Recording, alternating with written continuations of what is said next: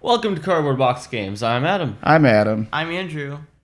Today we're going to be comparing Age of Ascension and Call of Archons artifact control. We want to carry on our topic from the last 2 weeks because I don't feel like we fully answered our question yet. It's like understanding the change in the game from Call of Archons to Age of Ascension and then digging into the actual numbers behind it. So let's get started.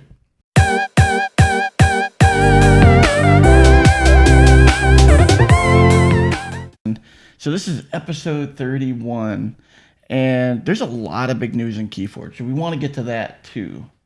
So for example, we'll talk a little bit about the Crucible.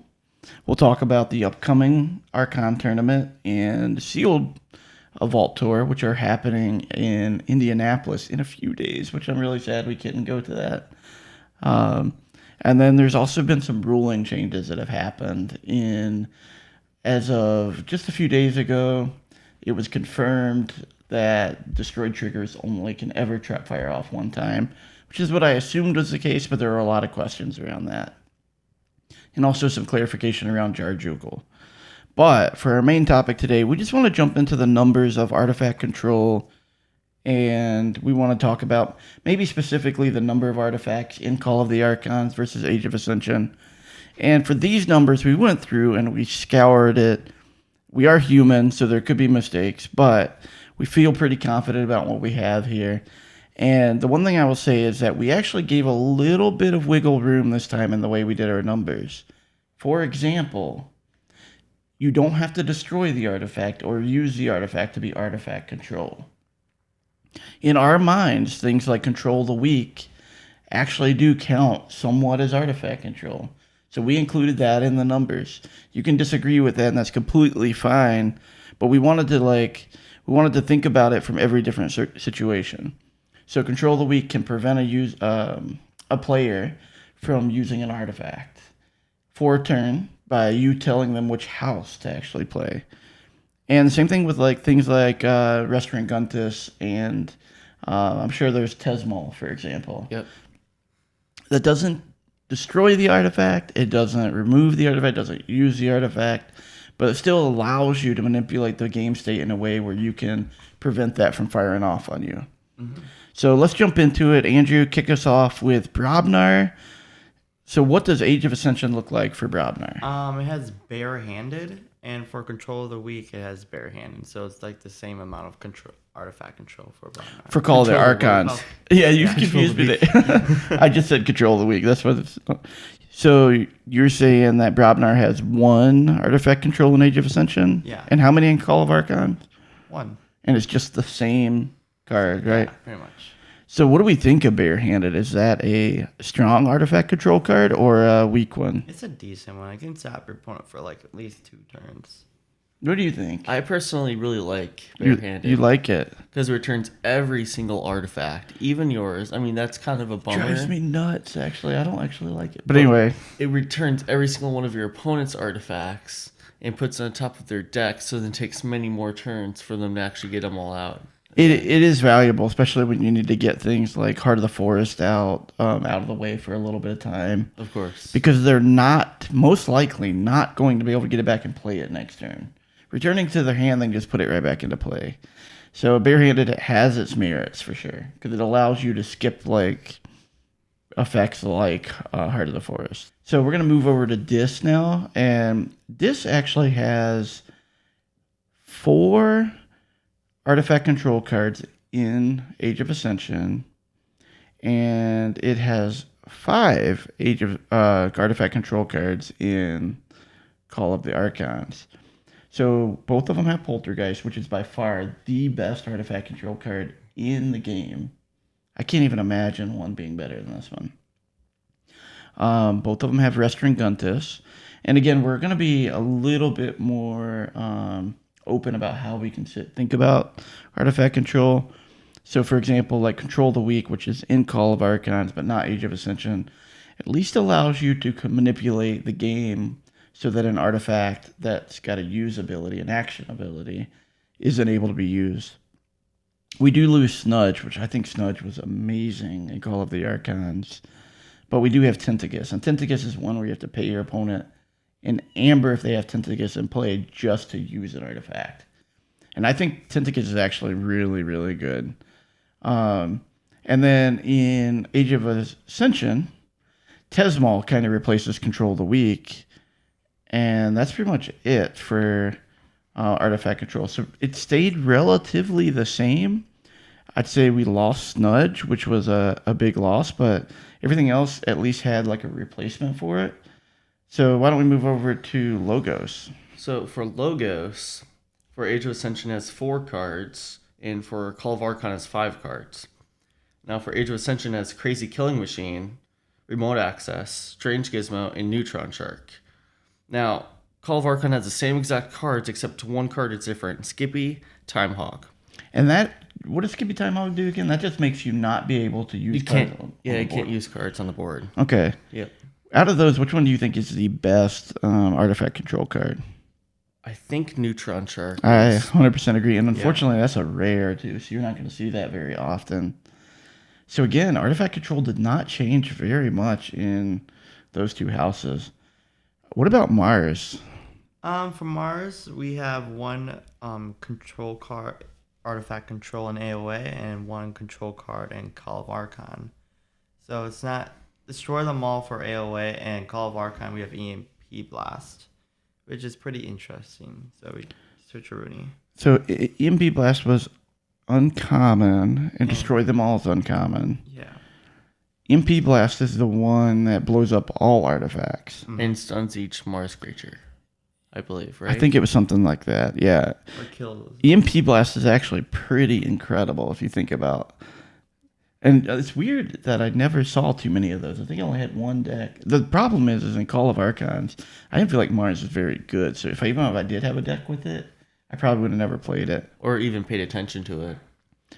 Yeah, exactly. And Destroy Them All. I actually love Destroy Them All. That's a great card.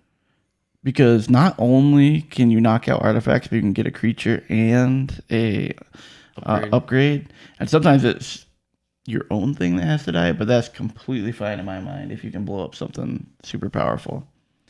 All right, so moving over to Sanctum. Sanctum has 1 in Age of Ascension and 2 in Call of the Archons. And honestly, this might be the house where I think it took the biggest hit because Whispering Reliquary was in Call of the Archons, but not in Age of Ascension. And Whispering Reliquary is an incredibly powerful card. That is the one that just lets you continuously return artifacts back to your opponent's hand. You do have to call Sanctum for it. Gorm of Om is also an incredibly powerful card, so they did keep that. And Gorm of Om is the artifact that has the Omni ability to let you blow up any artifact that you want. One of my favorite things to do against an opponent is use their own Gorm of Om against them and blow up one of their other artifacts. It's pretty awesome ability. So, like, imagine remote access, Gorm of Om, and destroy their other really good artifact. I think heading over to Shadows now, where there are... So, for Shadows... For Shadows, in AoA, it has 3 cards, and also for Call of Archon, it has 3 cards. Now, they're the same exact cards. It's Necklifter, Nexus, and Custom Office. Mm-hmm. Snecklifter being one of my favorite. It's pretty awesome. And Nexus makes you where you can use an opponent's artifact. Which is awesome against, like, Omni abilities, where you can sacrifice their artifact on them. And Customs Office is for your opponent to be able to play an artifact, they have to pay you one. Yeah. Yeah, and that is actually Really interesting. it's interesting, but once the artifact hits the board, like, it doesn't matter anymore. So that was one that we debated on including, but it is a form of artifact control is what we ended up landing on. Definitely open to having someone tell us they don't agree with that. But yeah, Custom Office is one of those cards where you get it late game and you're like, oh, you'd have been so nice later or earlier. And then it's also a card against a opponent that has no artifacts that becomes the most worthless. Of course. So, all right, we're heading over to Untamed now. And for Untamed, we have Grasping Vines for AoA and Reskinar, the creature, And then we have Control the Weak, Grasping Vine. Sorry I said the name wrong. I'm not good with the names. Yeah, you keep saying Control the Week, but Call of Archons has Control the Week's on your mind today. So the only difference there is Rustnar. How big of an addition do you think Rustnar is to Age of Ascension? I think he's a pretty cool card. I mean, it's not the best artifact control, but you can at least have something on the board to get rid of artifacts if you need to. Yeah, the thing with Rustnar is like it is a fight ability. So unless you have a way to make that card like do something the turn it's played, Like you have that Untamed guy that makes all its left creatures skirmish and then just. I mean that would also be cool. Or if you have a Dusk Witch in play, you can get in there and like hammer and kill some. But also the problem is if he actually survives the fight. That's the other thing because it's 4 power. The skirmish makes a big difference there. It does. The 4 power doesn't seem That good. that good. I have Yeah. maybe blown up a handful of artifacts with the Rustnar, but not too many. A lot of times, like by the time I get back to Untamed, like he's already dead because people are nervous of him. Also, the other cool thing about Rustnar is he gives you that amber bonus if the artifact you destroy had an amber bonus on it. I like that. It's pretty Yeah. cool. So, I mean, I guess with Rustnar, it is another tool that you have, but I don't think it's incredibly powerful. So, Untamed again, 2 in Age of Ascension, 1 in Call of the Archons, with Grasping Vines being debatable on how good that actually is. You know what I mean? Like, It's okay. it is okay, and it's uncommon too, so it's not going to be super commonly ran into. So I want to jump over to just final thoughts on artifact control, because if we think about it, we also ran some numbers on the number of artifacts. I just want to spread my sheets out here in each house, and for the most part, they stayed the same, right, Adam? Yeah, basically. So was there any surprises that you had for like artifact numbers when you were going through and like digging into this? Were you surprised? Like, let me give you an example. That Untamed only had 5 artifacts in it. Like I was actually. That was pretty surprising, actually, yeah. And then what about like if you think about logos actually went up in the number of artifacts from 10 to 12. But that kind of feels right to me, right? If logos feels like it should be artifact heavy. Yeah, I Kind of like agree. mechanical, robotic. But everything else kind of made a lot of sense to me. Like I will say Proclamation 34-6E, my favorite artifact of the new set. So good. It's so good. I love it. Still can't beat his one deck, even when I do have that on the board, which is crazy. He just pays 8 amber for each key, and it's completely fine for him. The other thing I kind of miss is I really liked Bear Flute in Call of the Archons. I never had a competitive deck with it, but it's just a fun card to play with. And you found yourself like just, especially if you can get like 2 or 3 bears with the Bear Flute. Yeah. It's just really fun. So I want to talk a little bit about some of the stuff that's going on in the KeyForge world right now. We just heard that Age of Ascension is available on the Crucible. I could not be more thankful, more excited, more hyped that this is finally happening. I'm so thankful that the creator opened up the source code to the community to allow them to help. I personally really wanted to get in there and help as well, but my schedule has just been so busy. I haven't been able to do that yet. But like I am just so ready to grind out some AoA games on there, and I'd love to see how some of your decks do on there. Are you guys excited about that too? I am really excited. Now I can actually play all my AoA decks I've been wanting to play. Yeah, it's I mean, we play them together, but it's different when you play against other people. It is. Because we might think a deck is really good, but it just so happens we don't have a good deck against it, right? yeah. Of course. And also, like, we can try some of our Call of Archon decks to see how they do against Age of Ascension. It's going to be awesome. One thing I will say for anyone that's using it, you guys included, if you run into any bugs or issues with it, make sure you log it. And one way to do that is you can log an issue on the GitHub repository, and you can just kind of give as many details as you can for like how the issue happened. Because I know as a developer, it's so important to have all the like steps to recreate and like the situation that it was in, but it's also going to help them make a better game. And I do plan to hopefully be able to jump into the source code and help fix some of these bugs at some point once my work schedule gets a little less hectic. So that was big news. The other thing I wanted to talk about is the Crucible cast, which is the monthly show that Fantasy Flight Games does about KeyForge, just came out. And they wanted to clarify a couple things. So there was some interesting debate on destroyed triggers. For example, can a creature have its destroyed trigger hit twice? In whatever way you can think of. And the answer to that is no. A creature can only be marked as destroyed and only have its destroyed trigger hit once.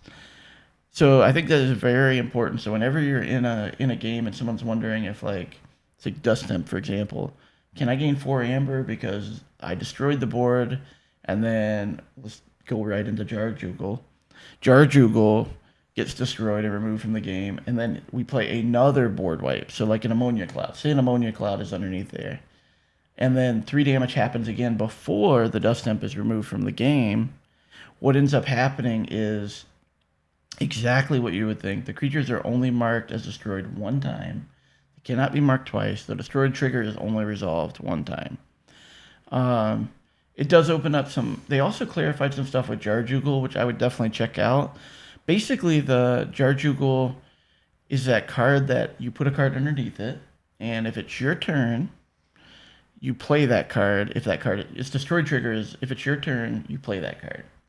So if you have that card in play, and let's say you have a creature underneath it, any creature, and the board is destroyed, does the creature underneath it get destroyed? I believe so. And the answer to that is actually no. Because what happens is the destroyed trigger, everything gets marked as destroyed. The destroyed trigger fires on Jar Jugal. The card comes out and is played.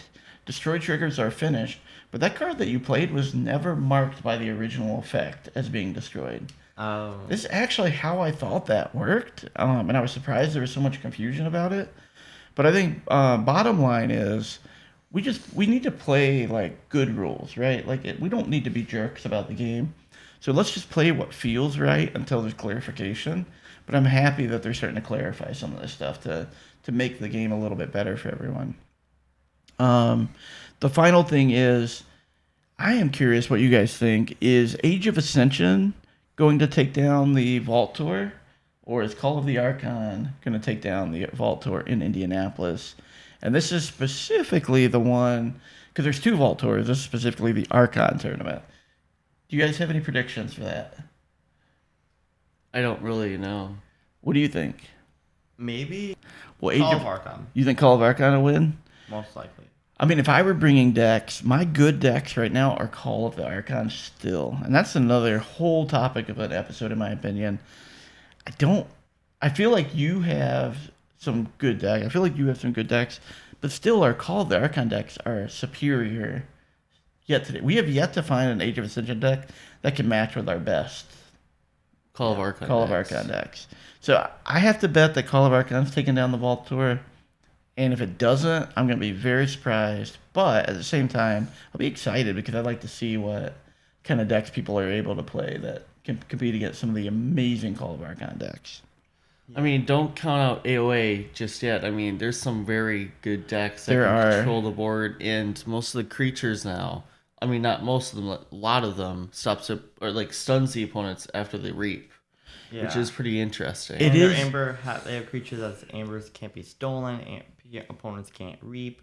All those good cards. Yeah, Vault Keeper is that one where Amber can't be stolen. That was in Call of Archons too, but I never have seen that card do very much. It just kind of dies right away. But that compared with like Barista Joya and like other really hard creatures to kill could be interesting. I don't know what it is. I think it's going to be interesting to see. I'm excited to watch. They're going to have it on Twitch. Hoping I can get a bunch of the games and kind of dig into them a little bit to understand what the meta is actually like. If we didn't already have prior plans for that weekend, we would have loved to have gone. And actually, I really want to go to Washington, D.C. for the next Vault Tour. But you guys have school starting back. So I was thinking like only I would be able to go because you'd have to miss school for it.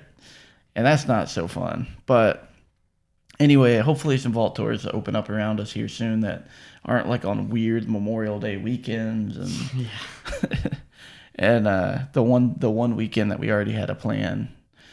All right, that's pretty much it for me. That's the news from the week, and that's the conversation on Age of Ascension versus Call of Archons. Any closing thoughts? How you guys feeling?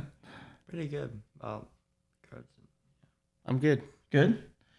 Closing out this week's episode, and as always, guys, keep playing KeyForge. Keep See you gaming. later. Keep gaming. See you Bye, guys. guys.